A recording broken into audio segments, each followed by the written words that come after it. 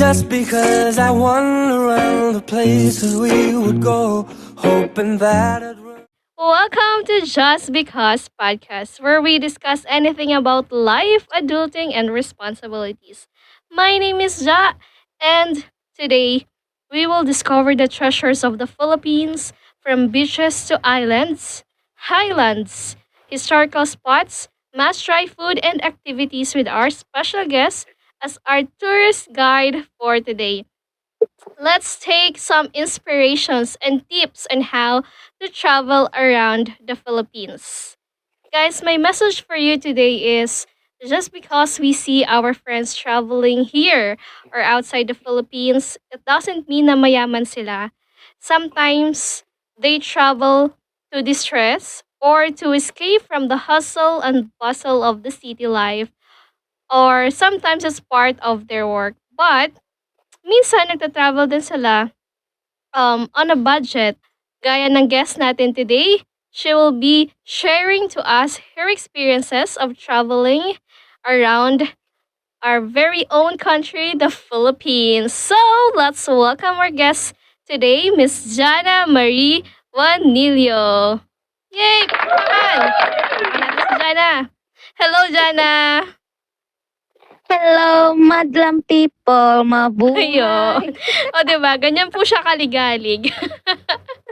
Ayan. So, Miss you. Mini, miss you. Yes, Jana is my former colleague in Trigon, and she is my favorite seatmate. Favorite kasi, Choice ka. ayan, lagi kami nagchichismisan yan dati. And of course, syempre, she's one of my good friends as well. So, Jana, ano na yung Yes, plano my natin? friend. May plano ba tayo this year? Travel? Mahirap magplano this year. Nako, mahal ang bilihin. Kanina natin, kanina natin isisisi yan. Sa war ng Russia and, ano yun? Ukraine. Ukraine? Or pandemic? Yeah. Lahat. Lahat. Isisa natin sa iba. Oo. Basta tayo malinis ang kalooban natin. Oh, di ba? Ang bait niya din po. So, let's hear it from Jana. Kasi before, nung pandemic, lagi tong nagbabiyahe. Ko alam kung mayaman tong friend ko or talagang hindi na siya mapakali sa buhay niya. So, yeah, nakapag-travel na siya Luzon, Visayas, Mindanao. And actually, outside Philippines, may mga Asian country na din siya na napuntahan. Pero, today, let's travel and discover Philippines muna. So, Jana, can you bring us to places in the Philippines where we can travel via a land trip? I mean, list of places or tourist destinations na pwedeng puntahan na hindi sumasakay sa eroplano. And why would you recommend these places to our listeners? Siyempre, meron tayo niyan. May top 5 tayo. Okay, top 5. Ayan, may pa-top 5 po siya, guys. Hindi mo kinaya. Okay. Top 5. Top 5. Tan-tan-tan-tan-tan. Sagada. Oh, Sagada. Ito yung top 5. Okay, next. Top 4 is Calaguas. Calaguas, okay. Top 3 is Ilocos. Ilocos, yung top 3 niya. Top 2, Caramoan. Caramoan. And our top 1 winner, Jomalig Island. Jumalig Island. Parang hindi ko lahat napuntahan yan. Except sa Ilocos, Norte. Ay, mali. Sur pala. Okay. So, sige, Jana. I-describe mo naman sa amin yung mga lugar na sinabi mo at ano yung tawag dito, unique sa bawat lugar na napuntahan mo na. Let's start first on your top 5, which is yung Sagada. Sagada kasi, malamig dito. Parang kahit summer ata, alam ko malamig dito eh. Mas malamig pa kaysa sa Baguio, kaya tantanan niyo na yung Baguio. Pag Sagada na kayo, masyado nang masikip sa Baguio, mga guys. So, other than the weather na sinabi mo, what else? Masarap din yung blueberry muffins dito. Pagkain, Uy. syempre. Ay, parang nagugutom ako. Ginugutom mo naman ako. And Masarap din yung lemon cake. lemon cake. Ano ba? Travel ba talaga to o food trip? Food vlog? Siyempre, pag pupunta ka sa isang lugar, kailangan mo din itry yung mga specialty nila. Yes, ito yung mga must-try Diba? food ng isang lugar. Okay. Okay. Sige, punta naman tayo sa destination. Mhm. Dito sa Sagada, kailangan matibay-tibay yung buto mo. Marami kang aakyatin, marami kang hagdang aakyatin, marami kang anong Kaya mo yan. waterfall, Waterfalls. waterfall na bababain. Mhm. Siyempre, pag bumaba ka, aakyat ka ulit. Siyempre, di ba? Langan naman magpabuhat tayo. Para sa kagaya kong tamad, nako, mahirap magsagada. Pero, at least once in a lifetime, itry nyo. Oh. Masaya siya. Actually, Meron- hindi pa ako meron nakapunta pa. dyan. Itry mo na, girl. Meron ditong waterfall, bababa ka sa waterfall. Meron dito yung pupuntahan mo yung mga historical places. Like yung, ano ba yung mga hanging coffins, Oh my yun. gosh, may ganyan dyan. Oo, kasama siya sa tour pag nag-avail ka ng tour. Yung Oo. Tapos, yung pinaka na-enjoy ko rito at pinaka sumakit yung katawan ko, spelunking. spelunking. Alam First mo time yun? ko siyang marinig, actually. Ano siya, cave connection siya. Mhm. Papasok ka sa isang kuweba, papasok ka sa isang butas ng kuweba, lalabas ka sa kabilang butas ng kuweba. Ano to, 3 to 4 hours na lakaran. Ah, lakad Na- siya. Okay. Lalakad ka, papasok. Lahat ng pwede mong gawin habang naglalakad ka, magagawa mo, gumapang, lumuhod. Ayoko dumapa. niya. Oo. Ayoko niyan. Tita na ako. Maglalakad ka sa gilid ng bangin, literal. Oh my gosh. Ang adventure Oo. naman pala dyan. So guys, if you want to go on adventure, go try Sagada. Oo. Yes. Malamig. Tapos, masarap lang magmuni-muni, ganon. Parang yung sa that thing called Tadhana. Called Tadhana. Oh, doon din pala yung yung Kiltipan, sunrise. What's the best time to go to Sagada? Talaga bang summer? Kasi para hindi No. ganun kalamig or Pwede time para naman. Sa akin, November to February. November to Okay. February. So, mas malamig yung mga days na yun. Oo, mas malamig. Okay. So, be sure na may kasama kayo, may kayakap kayo during the travel sa Sagada. Oo. Or, kung gusto nyo din magsigaw-sigaw doon, okay lang naman kung solo travel kayo, di ba? Next, dahil in-adventure mo agad kami, pwede bang, naman, yung chill-chill? Ano ba yung mga sunod mong destination? Ano ba yung sunod mo na Eto. nasa listahan mo? Top 4. Oo, Calaguas. Ito kasi, Calagwas. beach lang to. Yes, yun, Sa chill-chill. Oo. Camarines Norte siya. Camarines Norte. Okay, Oo. bakit kaya hindi ko napupuntahan yung mga lugar na pinunta? Ako alam ko kung bakit. Kasi 12 hours to biyahe. Hila to Camarines Norte. Tapos magbo-boat ka pa ng 2 hours. Grabe yung mga ganyang travel time. Pero si Jana kasi sanay sa mga ganyan, so talagang go siya. So, Yeah, ano lang naman to, island lang siya sa Camarines Norte. Tatawid ka lang ng dagat. Tapos yung white dito is mas pino pa sa Boracay. Kung sino makikipagtalo sa akin ng pino pa sa Boracay, tara, suntukan tayo. hoy, wag ganun. Walang violence dito sa podcast natin. Sige. Next. Tapos third yung Ilocos. Third, Ilocos. Yan. Dito makakarelate ako, pero sa Ilocos Sur lang. Okay. Tell us what happened. Why you like Ilocos region? Ang dami kasi dito Ang daming pwedeng gawin. True. Like, I agree. No, nung first time kong pumunta rito, nag-DIY kami literal. Nag-bus kami mula Manila Mhm. to Ilocos Norte. Doon na kami bumaba. So, from the Tapos- top, kayo going Oo, tas down. pababa kami. Oh, yes. Pababa kami yung ginawa namin. Mm-mm. So, doon kami nag-start. Ang ginawa namin sa Patapat Bridge. Imaginein mo, may bridge sa gilid ng, anong tawag doon? Ng bangin. Bangin. Oh my Tapos yung gosh. gilid niya is dagat na. Ganun siya kaano.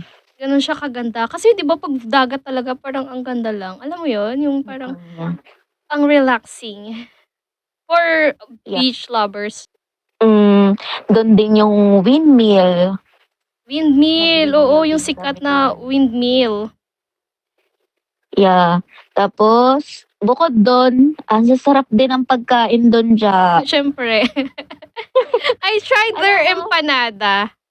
Yeah. Yung sobrang malaking sarap. empanada, 'di ba? Kasing laki ng mukha ko. So, OA.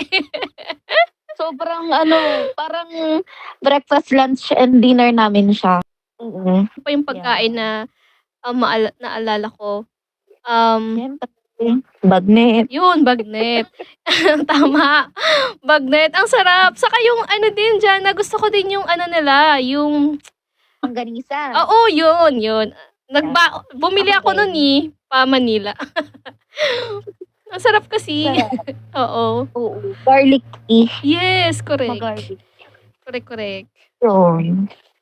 Tapos, ano pa ba? Siyempre, may marami ding historical places dun Like, sa Vigan, Mm-mm. yung kalye, ano nga ang pangalan ng... Crisologo. Ano na yun? Hindi. Sure ba? Oo. Diba? Kaya Crisologo ba yun? Hindi ko matandaan. Basta yung sa Vigan na street na parang Spaniard Kineme. Yes, yung magandang ano, tapos pwede kang karwahe. Kalesa. Ano ba yung karwahe? Ano yung kalesa? Day Karwahe kay Cinderella yun. Hoy! Ayun na nga. So, tama. It's Calle Crisologo based dito sa Google search. So, in Vigan, Ilocos Sur. Beautiful streets. One of the most beautiful streets in the Philippines daw siya. So, grabe. Sobrang ganda din talaga dito. Gusto ko siya pag medyo paggabi na. Kasi parang mas, Oo. no, parang iba yung Basta ganda vibe. yung settings. Yes, Yeah. parang very talaga. It brings back historical something. Wow, historical. Kahit 1992 na tayo pinanganak, di ba? Parang tawag dito, mamimit mo si Ibarra. Ayun. Na-inlove na siya kay Ibarra. Okay. Tapos, meron din dyan, be, yung parang pwede kang gumawa ng pot, di ba? Meron lugar na ganun eh. Yung pottery, oo. Yes, oo. I've Di ko tried yun that. na-try. Medyo mahal kasi. Tinry ko 500 siya. ata. Kaso ang pangit ng gawa ko. So, next. Next Meron pot. pa pala kaming ginawa doon, yung sa Sand Dunes. Ay, oo. Yun yung sikat din, di ba? Oo, nag-sand dunes kami doon. Sumakay kami sa 4x4. Ayun, nasaktan lang kami. Next is Karamo. Mhm. Kasi yung Karamoan, siya, setting to ng ng Survivor Philippines. Ah, yan pala yun. Yes. So, saan naman to Yung banda? Camarines Sur. Pa rin naman siya. siya. Camarines Sur, yung isa norte. Norte. Oh, di ba? Mm-mm. Ano meron sa Karamuan? Nako, eto, purong island hopping, ganon. Parang mag-i-stay ka dito ng 2 days, puro lang kayo palipat-lipat ng beach, ganon. Pero grabe, ang gaganda ng mga beach dito. Like, para kang nasa Coron or El Nido. Ganun yung level ng ganda niya. Kaya pala siya kinuha ng Survivor Philippines Yes. kasi talagang yung island niya, parang, meron dito yung parang Snake Island kasi talagang merong snake daw. Oh, like, as in yung mga buhay na snake, yung... Yeah. Oh my gosh. Sa dagat, sea snake, hindi ko sure kung anong parang mga ganon. Pero napuntahan mo din yun. Oo, pero fortunately, hindi naman tayo natuklaw. Guide naman kayo ng mga bankero kung saan yung pwede, saan yung bawal. Oh my May lookout gosh. naman. What year ka pumunta doon? Ang tagal na, 2016 pa ata. Pero isang beses ka lang pumunta doon or binalikan mo din yan? Once. Parang Once.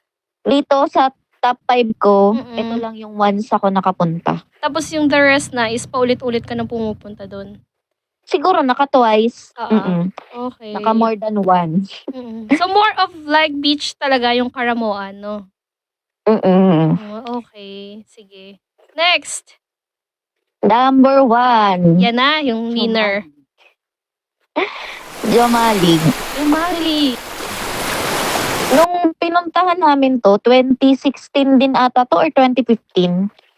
Gusto ko to i-gate-keep. Sobra. Kasi naabutan namin siya na wala pang nakakakilala sa kanya. Oo. Parang iilan pa lang yung bumibisita. Bakit ngayon marami na talagang Oo, marami na kasing vlogger. Oo nga, no? Parang kahit nadidiscover na nila yung mga places na hindi talaga puntahan ng mga tao dati. Sobrang ganda dito. Like, kunyari, 30 minutes away from the island ka pa. Makikita mo na yung pag nasisinaga ng araw yung island. Sobrang ganda. Kaya siya tinawag na Golden Island. Kasi, literal na kulay gold yung island. Oh, wow.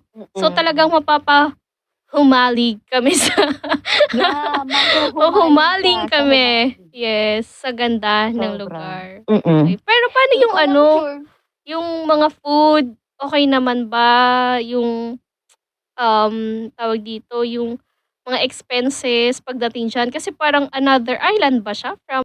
Actually, tawag dito, pag pupunta ka dito, kailangan mo mag-bus ng 4 hours, 3 to 4 hours. Tapos, magbo-boat ride ka, depende sa malas mo.